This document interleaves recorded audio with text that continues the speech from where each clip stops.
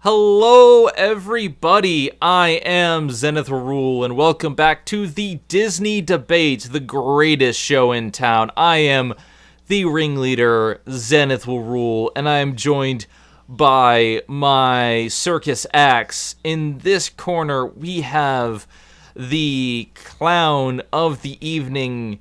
How's it going, Y2 Staller? Pretty good.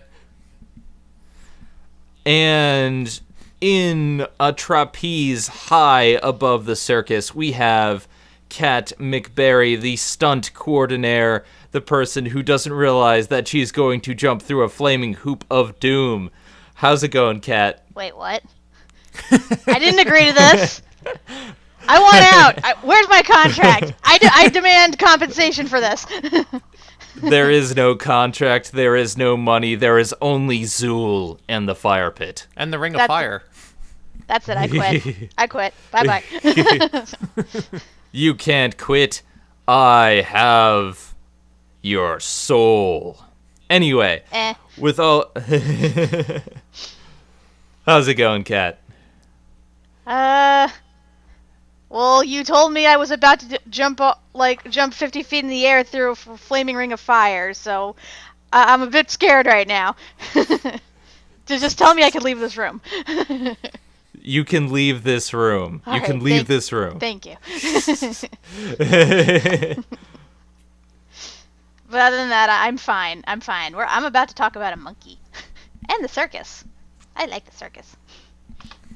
Yeah, today's movie is one that it's kind of interesting to start the 60s. This is officially the first movie of the 60s, but we started it off on a rather strange note. Part of me wants to say this movie's very forgettable, but other times, there are things that do stand about.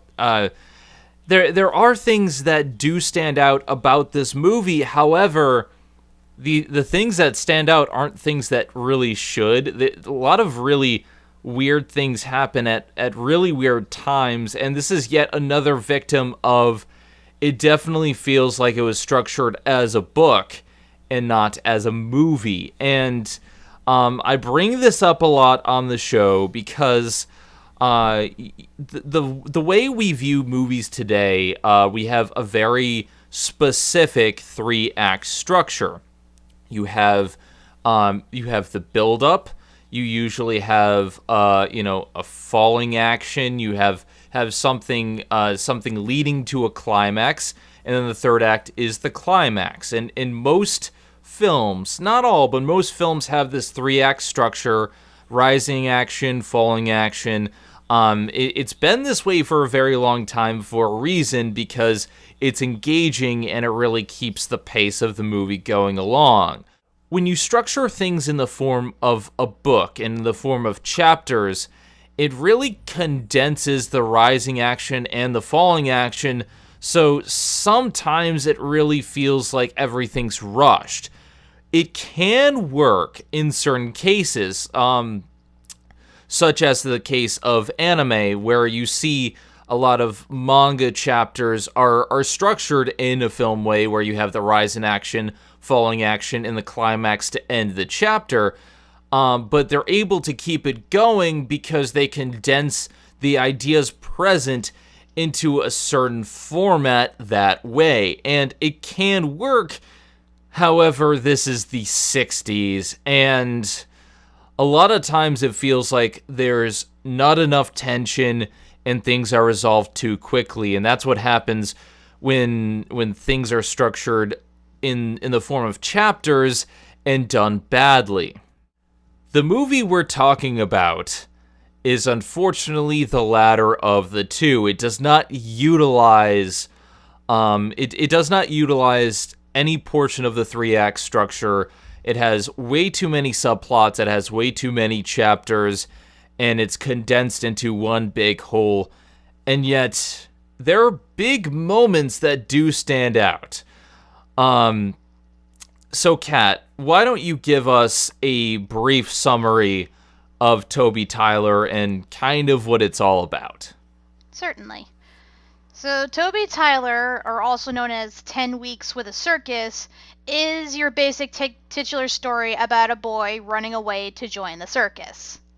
You know that old trope? Well, this is pretty much what it's from. It's based on a book of the same name, which popularized that whole concept.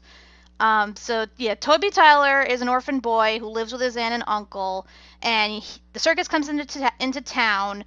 He gets offered a job by one of the vendors who's looking for, cheap help from an orphan, preferably. Um, Unfortunately, Toby mentions he does have guardians that might not be keen on him joining the circus, and then when he goes to bring up the subject with them, they're already pissed off at him because first off, Toby Tyler is completely irresponsible because not only does he ditch his chores to go to the circus, but he doesn't even tell his aunt and uncle about it. So they're worried sick, and then he just shows up saying, "Oh yeah, by the way, can I run away and join the circus?" So naturally they get upset, but his uncle takes it a little too far, calling him a burden on them, a millstone around their neck, basically getting way too cruel. So that prompts Toby to, of course, run away with the circus. And the entire movie is basically his adventures about working in the circus, realizing that it's not all fun and games, not all it's cracked up to be. He meets a bunch of characters, and even gets a pet monkey in the process. And throughout a series of events, usually that involve lies and deception, to put it lightly, he ends up basically rising through the ranks, starting off in the concessions, then becoming an animal caretaker, and then becoming part of the act. And yeah, it's not structured very well. Like I said, there is the beginning, but then like the middle and the end like kind of blur together, and it just becomes a series of events and characters just randomly showing up and having their own thing going on. So yeah, like I said, it's just a kid joining the circus. That's all you need to know about it. Yeah, it's kind of weird. Much like a lot of the movies based on books in the 50s, there seems to be too much going on and too little going on at the same time. You could sum this up in 2 sentences. A boy joins a circus and cons his way inside the circus and finds a way to get to the top. That's really what happens. But there's so many different little subplots in here, and a lot of it seems very rushed, in the point where he gets to like this position in the circus where he's one of the top performers by the end of the movie, but it never really feels like you get a sense of how long this is taking place. It's obviously over the course of more than one day, because we do see a few night cycles where he goes and does other things, and the circus is traveling.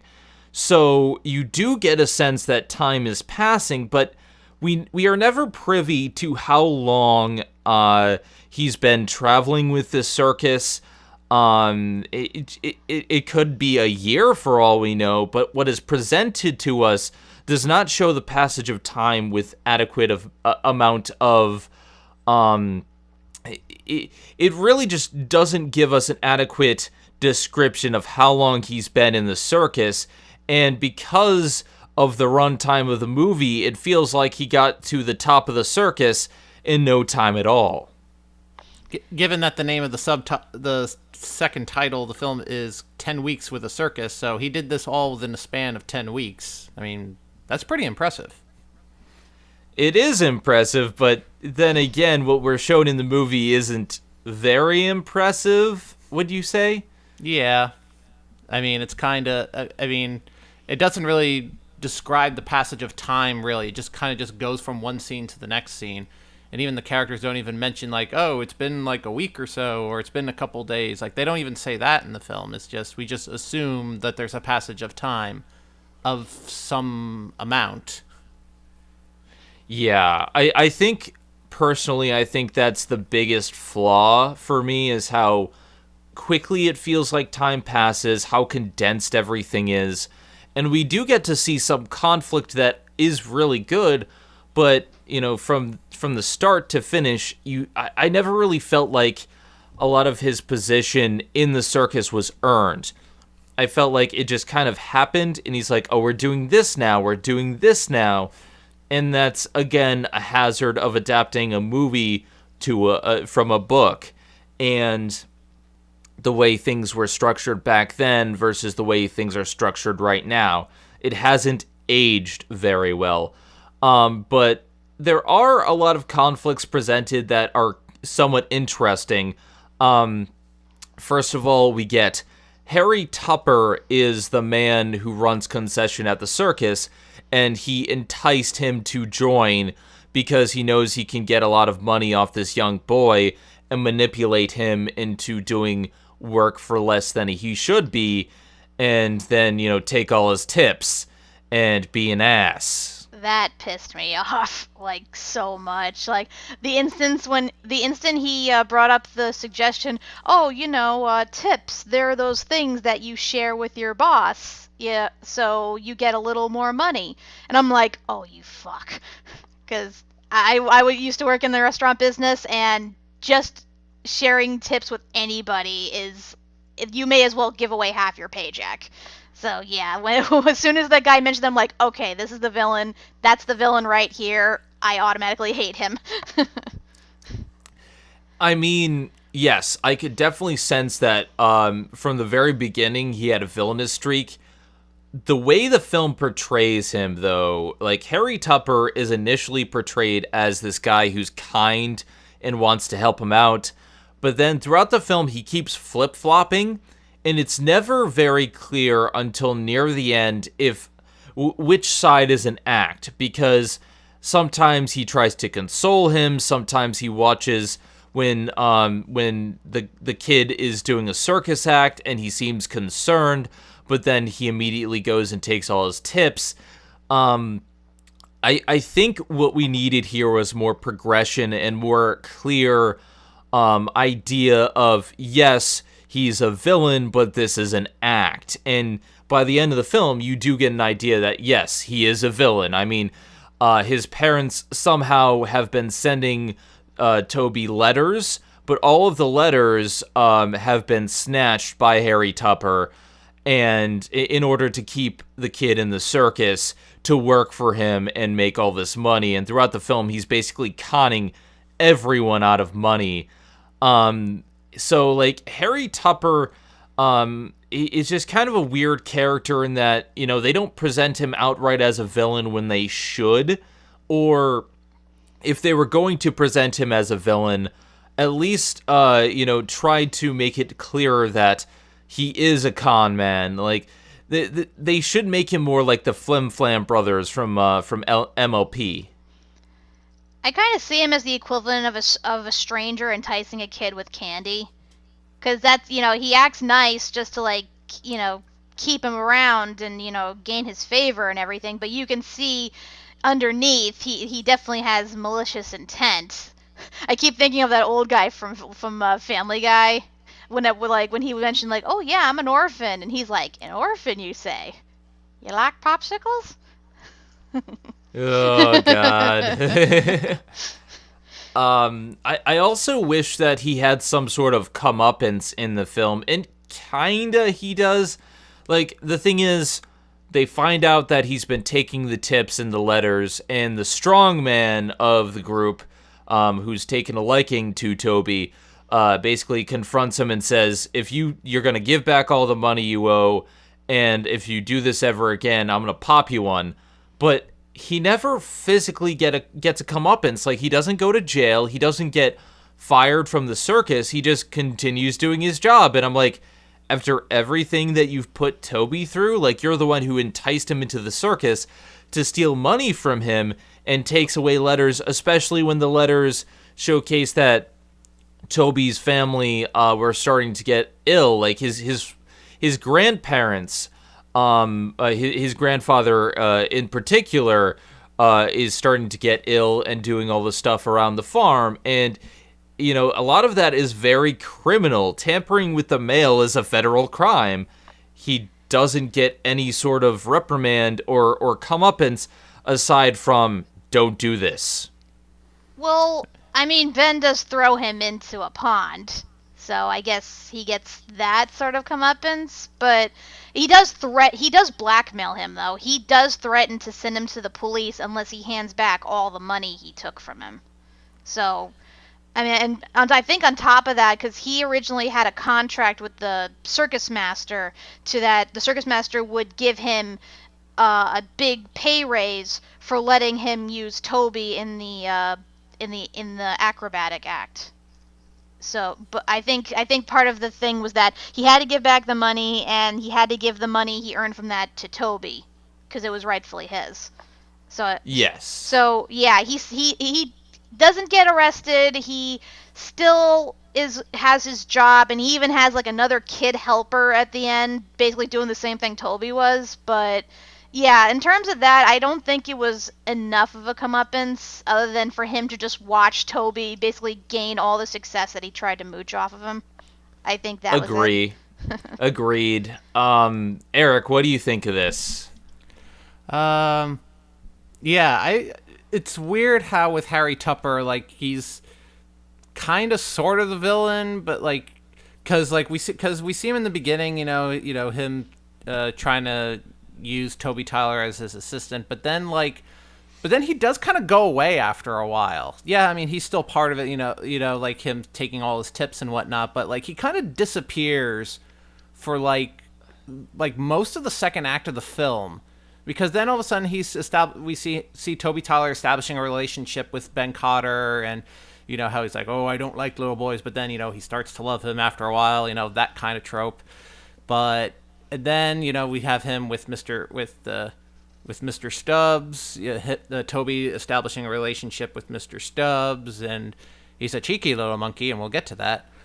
And but then we don't see. Then Harry Tupper comes in like near the end of the second act about with him taking the letters, and having him being part of the main act, because one of the performers gets injured while during practice.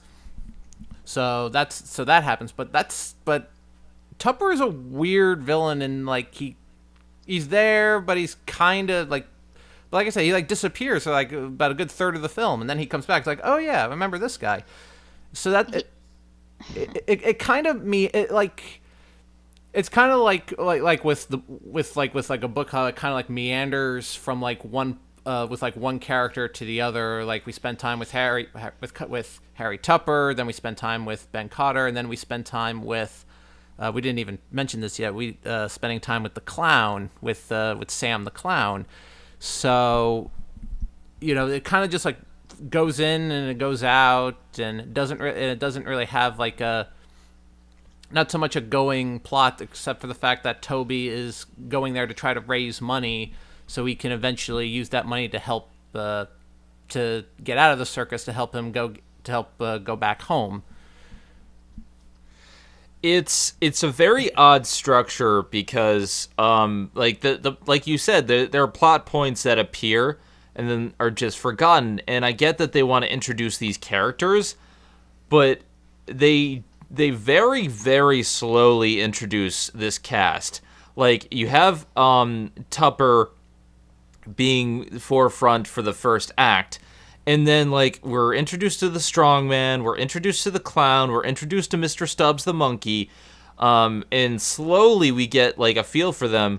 And there's a portion in the middle of the movie where Harry Tupper is not even in it's not even in the film. Like, there's a portion where the monkey eats most of the concession one night at like after the show, and you expect Harry Tupper to come in and get really angry because he's all about the money, but no, we spend time with the clown and the strongman who nurse the monkey back to health, but nothing with Harry Tupper for the next 10, 15, maybe even 20 minutes.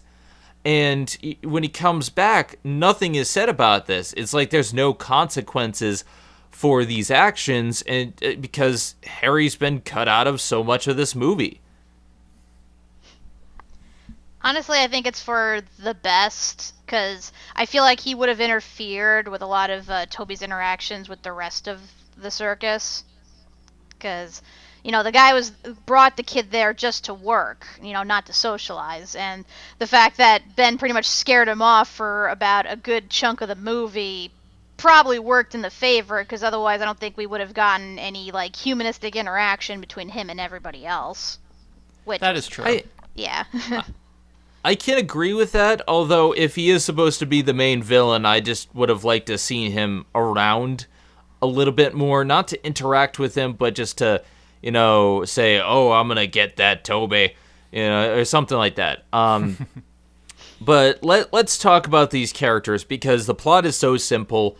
We are back to a point where we have to focus on the characters to get to more of the plot. I think the second thing that we should talk about after Harry Tupper, because we talked quite a bit about his portion of the story, let's talk about Mr. Stubbs. He is both the worst and best thing in this movie. For wildly different reasons. It's like there are parts of me that think, okay, that a lot of this movie is somewhat worth it because of Mr. Stubbs, because of the stuff that he gets into, and we'll get into that in a sec. But part of me is also like, why do they keep this monkey around? Because from the very opening scene, the kid says, oh, he's hungry, like they have to get ready to move the circus, and he's given a banana, just a banana to eat for dinner, and the monkey steals it. So now he has no supper, and the monkey steals it, and he's angry at the monkey. And then immediately, a couple scenes later, he's hanging with the monkey. Like, he spends a majority of his time with this monkey when he shouldn't like the monkey, since he eats all the concession, he eats his banana. This is not a nice monkey. But after a scene with the clown, all of a sudden he's now forming a relationship with the monkey because he nursed the monkey back to health or something. Progression? I don't understand this. It's the story of a boy and his monkey. Sort of. So he shouldn't like this monkey, not only for those reasons, but after a while, the monkey gets a gun. There's an accident when the circus is coming into town, and the monkey gets loose, and the monkey runs off to the jail, the sheriff's office. He finds a gun. There's a monkey with a gun. The monkey has the gun, and he starts shooting it everywhere randomly. So to picture this, there's a monkey firing a gun at law enforcement and other civilians. No one gets injured, but just doing this. And this is possibly the best part of the movie because it's a monkey with a goddamn gun. It reminds me a lot of in the Shaggy Dog when we have the dog punching the guy. Yes. Like the highlight of the movie, the monkey with the gun. But Toby comes up and tries to calm the monkey down. And the monkey puts a gun in his mouth. What? What? I just love how the monkey is grinning the entire time. He's shooting off the gun like he's a freaking psychopath. And then he's still doing it when Toby's slowly walking toward him. And I'm like, oh god, he's going to shoot this kid, isn't he? He's going to shoot this kid. But Toby talks him down from the gun. He gets the gun out of the monkey's mouth, and he saves the day. So now, as a result, the circus has high ratings. He's deemed a hero, and he now has control of the monkey. And he shouldn't like this monkey, considering every time he's interacted with the monkey, there's been trouble. But he's like, "You're my friend, Mr. Stubbs. I'm gonna care for you." And then the monkey takes all of his hard-earned money and throws it away. Literally, because as they're riding to the next town, Mr. Stubbs takes the money out of his little pouch or whatever, and like dumps all the money as they're riding, and all of it is gone. And then Toby realizes this, and he's like, God damn it, damn you, Mister. The monkey stole my money. The monkey's throwing money out the window. In throughout the entirety of this film, where he keeps saying, "Oh, Mr. Stubbs is my friend. I love Mr. Stubbs." I look at these 4 things, these 4 events, and I'm like, never has he interacted with this monkey and have it be anything but trouble. It is always the monkey getting into trouble, and it's so weird that he keeps referring to the monkey that constantly does something wrong as his friend, and I would have cut the monkey loose after the gun incident, but no. Well, the worst part about this is not only does he like the monkey for forced arbitrary reasons, but there's also the fact that he has no idea how to take care of the monkey. In fact, I don't think anybody in this frickin' movie knows how to take care of the monkey. Because you think that, an animal that is as potentially dangerous as a chimpanzee is, they would keep it in a cage at all time. But no, they let it walk around loose, and when they do try to restrain it, all they do is tie a rope around its neck, which it's always able to get out of. Like, and the thing is, because for some reason people like Toby so much, even the people that realize he's doing these things, just not taking care of this monkey and not securing him properly, they cover for him, and some of them even get in trouble because of it. And I'm just like, wow. So we have a kid that's in love with a monkey for no reason, and everyone else around him is like so supportive of the stupid kid. Like, I don't get it. I don't get it. And the worst thing about this is that even though the monkey escaped and could have potentially killed a bunch of people, the circus master is pleased about all this because because the circus got attention, and not only does he not fire the guy he originally fired for letting the monkey loose, but he ends up promoting Toby on top of that, even though the whole incident was Toby's fault. I'm just like, what is with this world? What is with these people? Are you all stupid? Oh my god.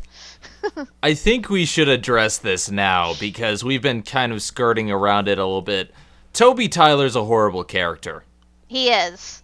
There's no doubt about it. Because you can tell right off the bat when he ditches his chores to go to the circus that he is definitely an irresponsible asshole. And it's like, yes, I do sort of sympathize. I did feel bad when his uncle yelled at him and said all those nasty things. But at the same time, his aunt and uncle are elderly. His uncle has bad health. You think that he would, try to show his gratitude and try to make helping out them his first priority, but no, he doesn't. And then he tries to justify his running away to the circus as, oh, I'm saving up money so I can help them. I'm like, why don't you actually go there in person and help them? They run a farm. That's like constant work. And then it's the same thing with the circus. Like, he keeps messing up and people keep covering for him, and then he doesn't owe up to his mistakes, and then he gets rewarded for it. It's a constant cycle, and it's so goddamn annoying, and the kid himself is so goddamn annoying. Like, then again, this is the kid who played Arliss in Old Yeller. Yeah, so. it does not help that this is Arliss, but even on top of that, every time he's faced with a problem, like, he wants to run away. Like, he sees the circus, he thinks it's going to be a better life, so he runs away to join the circus. Then the moment he sees that it's hard, he wants to run away again. He does this like 3 different times throughout the movie. This guy runs away more than Shinji Ikari. Get in the damn robot, Toby Tyler. Get in the goddamn robot. Well, that would be an awesome circus. Yeah, it's been even worse the fact that he, when the adults around him ask him to do stuff, and they ask like, oh, are you gonna actually like stick with it to the end and work hard and everything, and he promises to, only to the next day up and quit. Like that is despicable right there. Like it's times like that that I don't feel that bad that Harry Tupper is like taking advantage of him, because yeah, if the kid's gonna be like that irresponsible and that stupid, he kind of deserves it. And that is why it's a shame that this movie revolves around Toby Tyler, because apparently, even though he does everything wrong, everyone loves him, and he keeps getting promoted throughout the circus, even though he does nothing right. So a lot of the film, even though there are good portions like the monkey with the gun, it's dragged down by Arliss and in his character. And, like, I really wanted to shut down this film. Like, I wanted to shut this film off at certain points. And I paid money for this. I paid good money for this. $3 on the Disney Movie YouTube service to purchase this film. And I bought it in HD, so that's a little bit more. So it was probably more like 6. It was a little bit of time since we purchased the movie, so I don't know the exact amount, but I watched it and I felt like my money was wasted a lot of the time because this lead character is so annoying. And as the film keeps going on, like there's a portion where he lies and says that he knows how to ride a horse, and that he's been riding his entire life. And when the show-off, like, trapeze... Well, not trapeze, but, like, the person who, like, runs and jumps on the horses and stuff. Acrobats.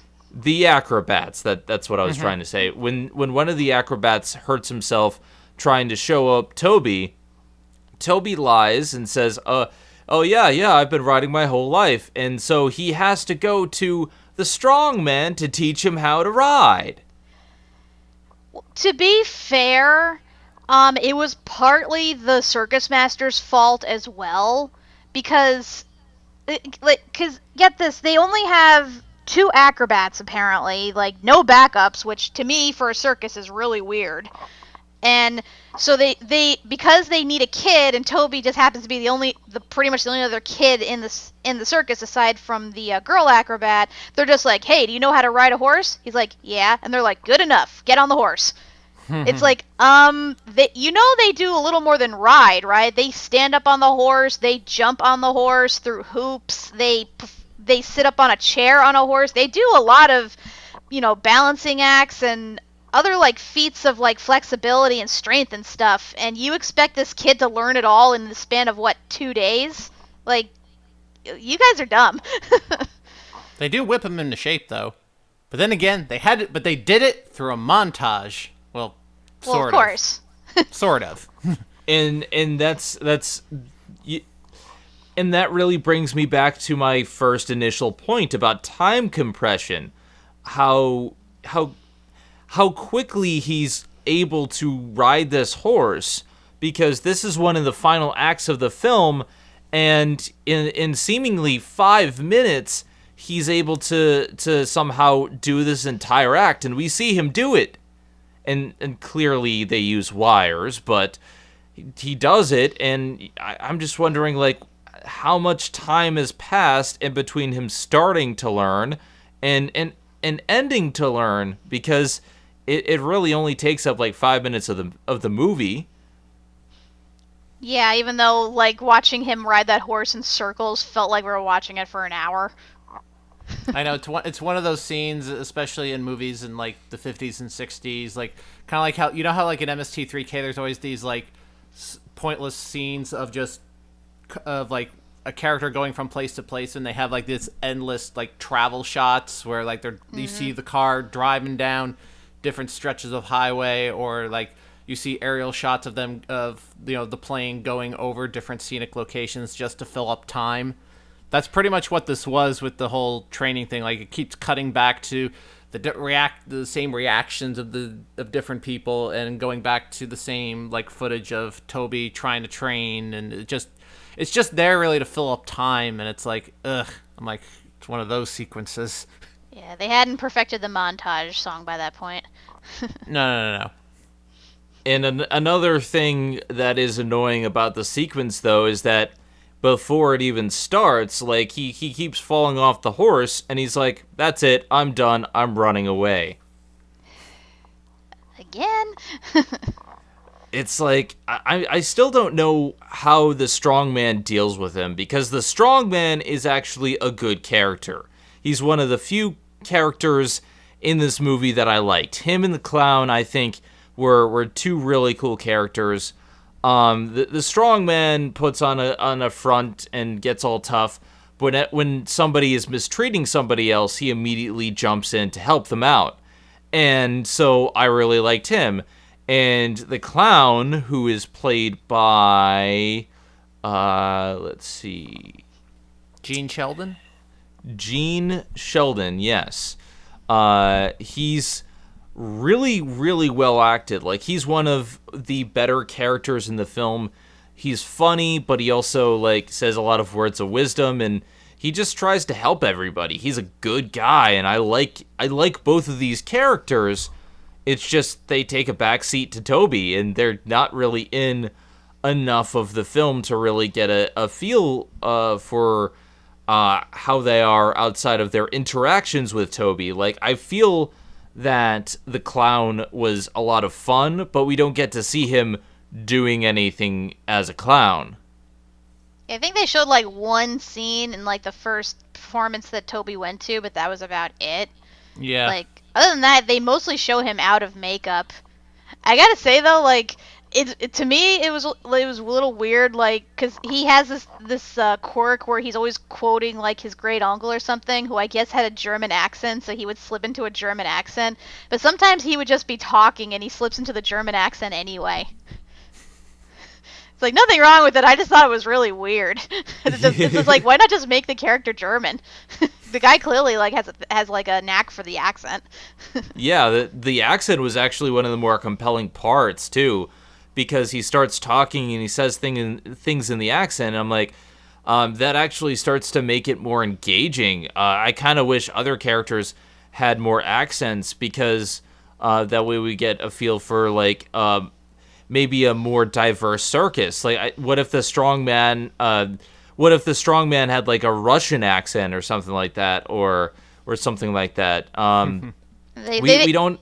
Yeah, like, I thought, like, the acrobats were French because they call them Madame and Monsieur, but apparently those are just titles. Yeah, apparently. That's what I thought. You know, like, you had Mademoiselle Jeanette and Monsieur Ajax.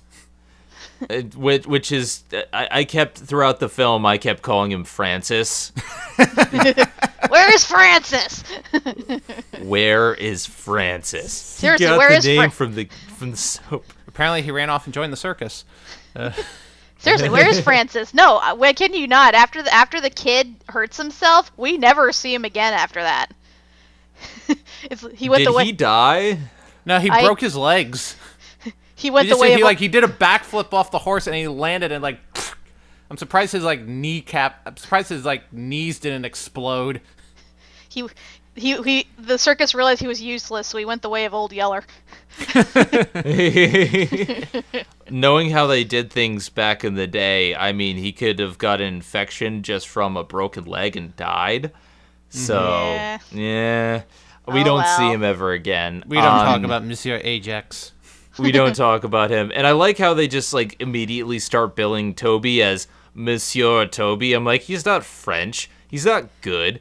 And then there's a portion of the act later on where he's actually doing it, and Mr. Stubbs gets loose again, and he starts joining in on the act, and nobody stops it. Nobody from the circus says, oh, sorry, this isn't a part of the act. They roll with it, and so while he's balancing on the back of a chair, on the back of a moving horse, we have this monkey pulling on the chair, and obviously this is staged, but, like... I just love how nobody's... I know, I love how everyone's witnessing this attempted murder right here and not doing anything about it. Because clearly Mr. Stubbs is trying to kill the kid. Mr. Stubbs is trying to get his revenge, because what you don't realize is that when Toby says, Mr. Stubbs, you're my friend, he's really saying, boy, once I get my gun back, I'm gonna kill you. Mm-hmm. By the way, speaking of which, we should probably talk about the biggest bullshit thing in this movie, like the climax. Like, the whole thing regarding Mr. Stubbs. Oh, this. yeah. So at this point in the at this point in the film, Toby finally finds out that Harry Tupper's been hiding the letters from him, and it turns out that his aunt and uncle do actually miss him. So as soon as he finds out, he decides to leave. He puts on one last performance, and then he leaves, with Mr. Stubbs. And so he's walking into town, trying to meet up with trying to head back to his aunt and uncle's place. And meanwhile, Harry Tupper is actually chasing after him, trying to get Toby back to the circus. So, and in this process, there's another character named Jim Weaver, who Harry Tupper runs into, and he finds out that Jim Weaver is actually a pretty good tracker, and he could track down animals and stuff. So I think Harry encourages him to try to track down to help track down Mr. Stubbs. Sorry, I misquote. Mr. Stubbs. He didn't. Harry Tupper is trying to find Mr. Stubbs.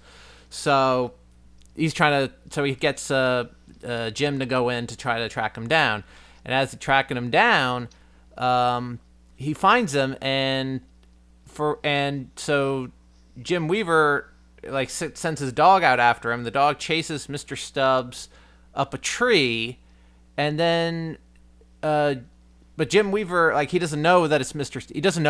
Stubbs. He thought it was some sort of bobcat or something, and then he shoots, and then not realizing what he was shooting at, he shoots it anyway, even though he can't see what's in the tree. He shoots him, and Mr. Stubbs falls down, presumably dead. Yeah. They shot a monkey in this movie. First we had a monkey with Mr. Stubbs! So I'm guessing this is karma. He starts to shoot at people, but he gets shot. His comeuppance. The only they really want to make you feel sorry for this monkey, and again, the entire film I'm just no, I hate Mr. Stubbs. He's an asshole. He's like the kitty from South Park. He's an asshole. Or should I say a dildo? Yes, that's more accurate. But here, they really try to play up this scene where they're trying to make you feel sorry for the monkey, make you believe he's dead, and he comes back, he's patched up somehow. I don't know how monkey survives a gunshot of that size, because it's not, the regular pistol, it's an actual, rifle, but he's still alive for some reason. Yeah. Turns out he was a lousy shot. Oh. What was it, a stormtrooper that shot him? Maybe. Either that or Mr. Stubbs was a red shirt. That could be. So, this is all part of the climax. And, there's just so much going on. They find out that Harry Tupper has been, hiding the letters. And, his parents randomly show up at the circus. So all of these plot points that have been randomly distributed throughout the course of the film somehow come back together in one climax that doesn't mesh well together. Some movies can pull this off where you have these small little threads and you don't think that they're going to come together, but they do in such a way that really, really works. Assassination Classroom is a good example of this, where a lot of the time, there are episodes that I thought would be filler, but they turned out not to be filler. That's not the case here. Everything that was filler just kind of comes in and happens all at once in this big hullabaloo, and somehow the grandfather is not he seems in perfect health, and he watches as his son does well in the circus, and nothing is said about how poor they are. I guess because Toby's doing so well at the circus now, they're not poor anymore or whatever, and he can take it easy, but this whole thing is just, it's resolved in an instant without any of the conflict actually being resolved. Yeah, honestly, that the thing that I find like the biggest bullshit about this entire ending, aside from the fact that the monkey gets shot but somehow survives, is the fact that Toby does not learn a lesson, fucks up royally, and then gets rewarded for it. Because, like you said, he finds out about his letters, but then rather than tell anyone in the circus, about what he just discovered and asking them to take them back to his aunt and uncle, he just up and abandons everybody, believing he can get back to his home on his own, even though he's in God knows where. And once again, he does a shitty job of tying up the monkey. The monkey escapes. And even though he didn't want to bring the monkey because he knew that he would get in trouble for it since the monkey belongs to the circus, once he sees the monkey, rather than take the monkey back to the circus, he's like, oh, I guess I'll take you with me after all. Which prompts Harry Tupper to call the cops on him and, say that he was a thief who stole the monkey from the circus, thus getting him in legal trouble. And then... after that, when he's like running away from both Harry Tupper and from the hunter, he doesn't tell either of them about Mr. Stubbs, which gets him shot and killed, presumably. And then he gets back to the circus, and you think that he's going to have to like tearfully confess what he's done to like the circus master because the monkey belonged to the circus master and stuff, but no, his aunt and uncle are there waiting for him.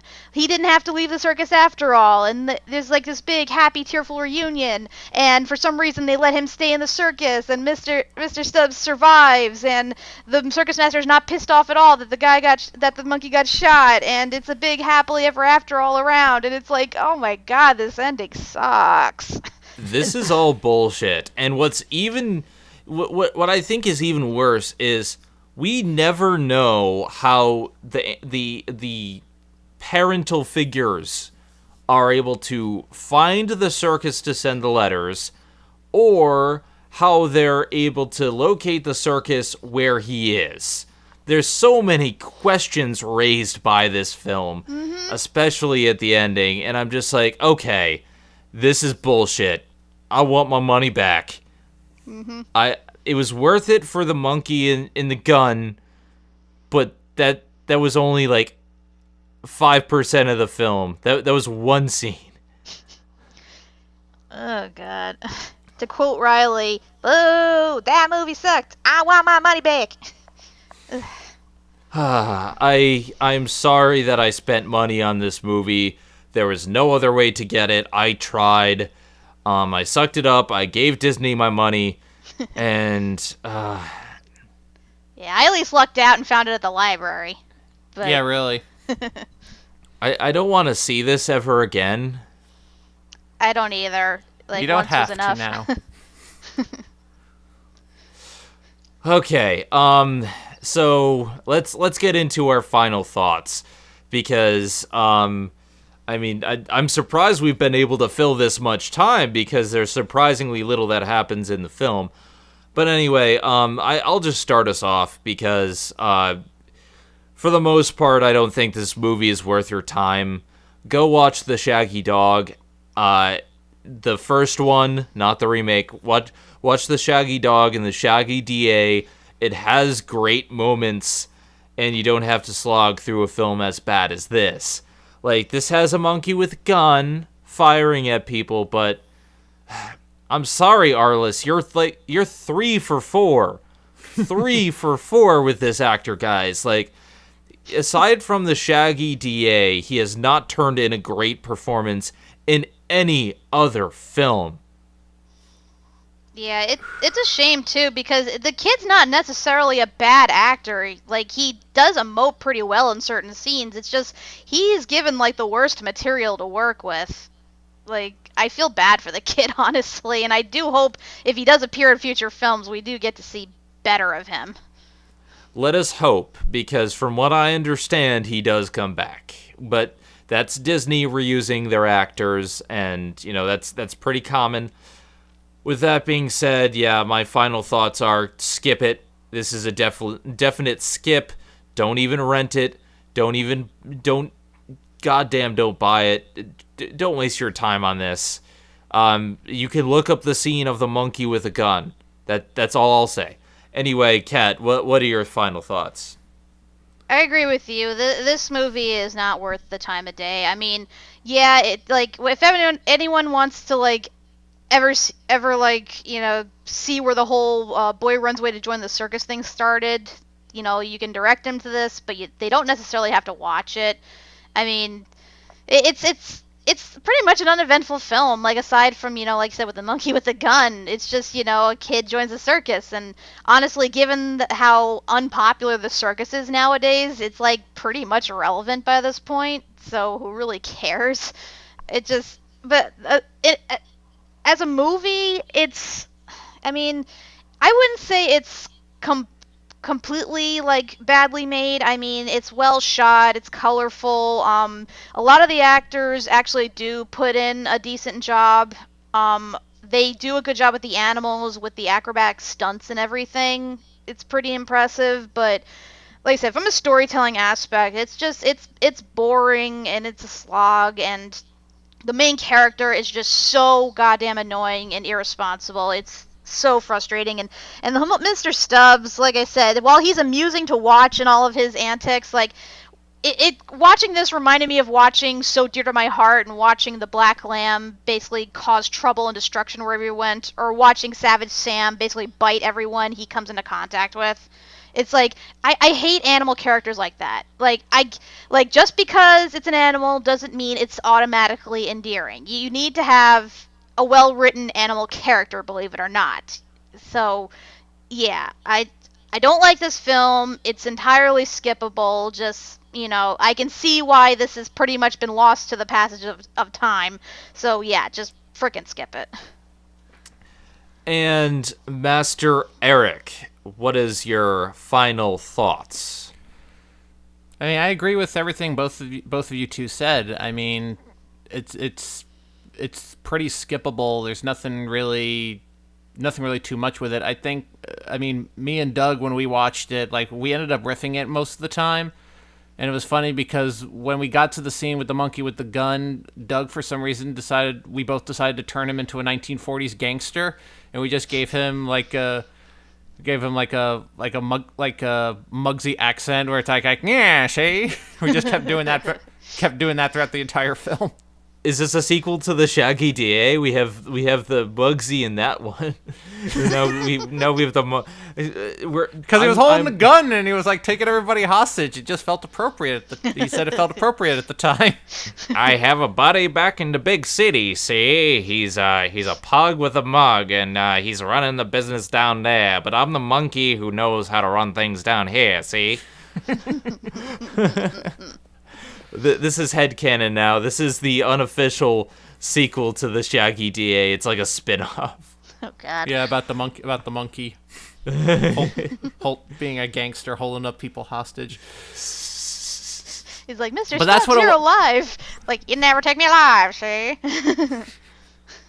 But that's what it is. This movie, for the most part, was pretty riffable. Like, it reminded me, like, one of those, like, because there are, like, some MST3K movies where like nothing really much happens, so they kind of just make stuff up as they go with the riffing, and that's kind of what this was the only way to just get through this. So yeah, it's just like, if you just want to watch it for as is, I mean, it's nothing worth seeing. It's like Zen says, just look up the Toby Tyler scene where the monkey has the gun, and that's about it.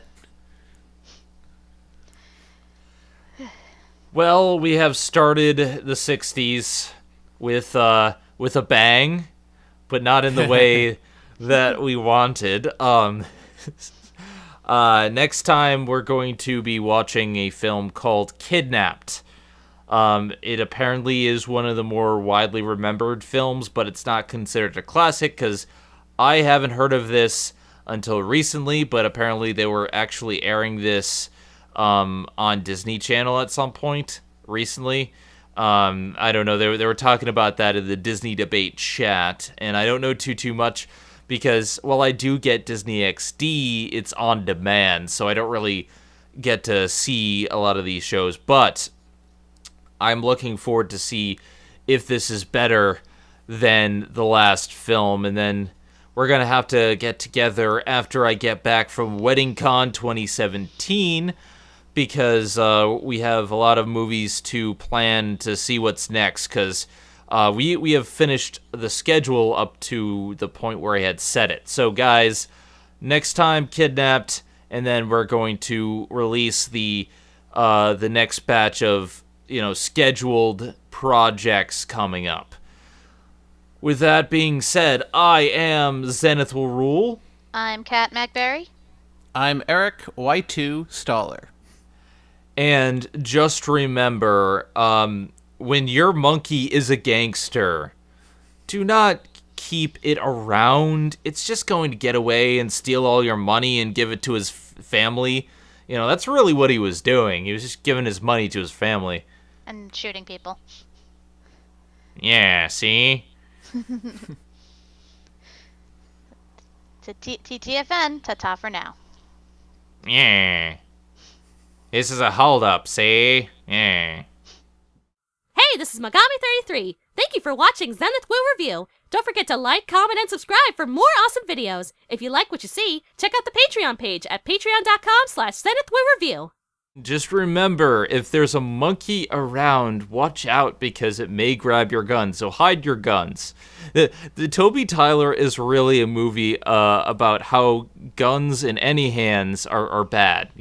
Guns are bad, okay? See, Charlton Heston was right. Guns don't kill people. Apes with guns kill people.